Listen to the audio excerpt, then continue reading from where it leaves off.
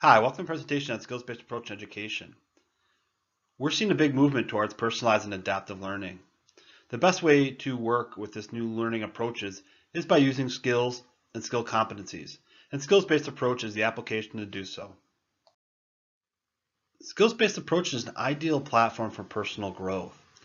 One problem with the current education model is we do not recognize all the learning that takes place out of the classroom. Another problem is there's a poor way of tracking learning that's taking place from grade to grade and from middle school to high school, and any subsequent movement in higher education and career stages. Skills-based approach is an ideal solution. Users can track all their learning in and out of the classroom, and they can make connections in education and career stages based on acquiring skills and related competencies.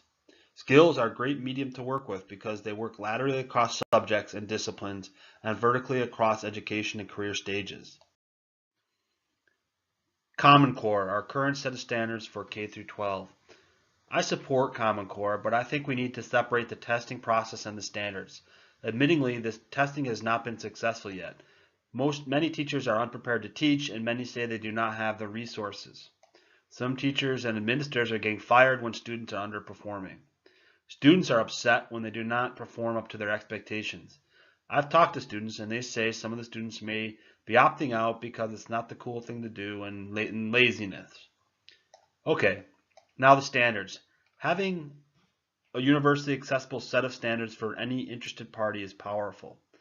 You can go to a website and see exactly the learning expectations by grade and subject. The expectations are largely skills-based, as you can see on the graphic. Game creators, education publishers, teachers, administrators, everyone has access to the same list and can create learning plans based on them. The teachers will get better on teaching the standards, and they will have choices of resources they use, and parents and students will get to choose what resources to use outside of the classroom to supplement their learning.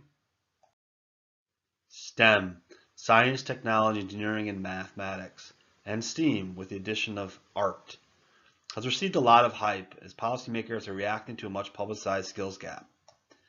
I think of STEM as a funnel. You have all these technical skills at the top of the funnel and make the policy by grouping them together in the bottom of the funnel. Skills-based approach is effective with STEM students. Educators work on getting STEM prodigies learning the technical skills they need to start contributing with their brilliance. Many of our complex systems, such as search engines, AI and deep learning, DNA sequencing, all take years of education to get on a solid understanding of their underpinnings. We're moving from a traditional classroom to a digital classroom. Skills-based approach is an ideal platform for this transition. With skills-based approach, you can easily plug in the latest technologies and applications into the application and platform. Classrooms are being replaced with workstations. Textbooks are supplemented with tablets, online courses, gamification. Paper tests are online, measuring skill competencies, getting digital badges.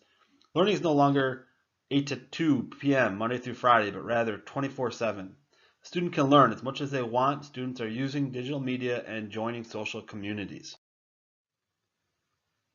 This shows how skills-based approach can be applied to many of the new learning themes. I'd like to point out a few of them. First, personalized and adaptive learning. Students learn skills the best way that suits them. They spend as much time as they want learning and adapt to their learning experience. This benefits all learners. Underperforming students can get extra resources and attention with their learning. Average students choose how much time they spend learning. Some may compete with more advanced students. High-performing students can move on once they reach the desired competency. They do not have to wait for the rest of the class after they've already reached a certain competency.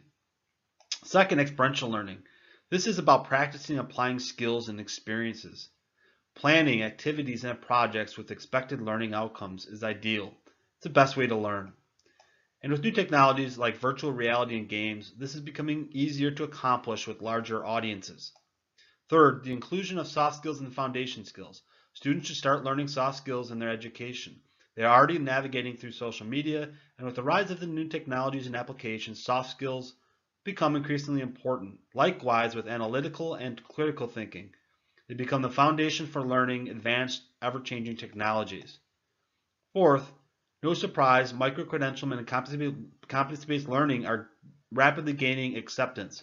With micro-credentialism and badges, users learn skills on an almost ad hoc basis and learn to learn. With competence-based learning, students keep learning, not based on seat time, but rather on reaching a desired competency, then move on. I created a learning scaffold, a suite of applications that work together to acquire skills at all different levels. At the discrete levels, teachers, education, publishers, game creators create skill labels to represent what is learned from an activity, experience, or resource.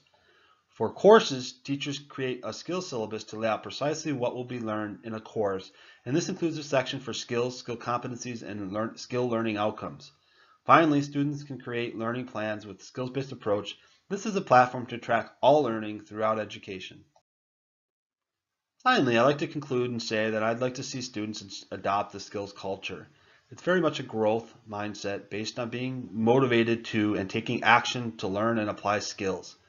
Students work to apply skills in their every experience.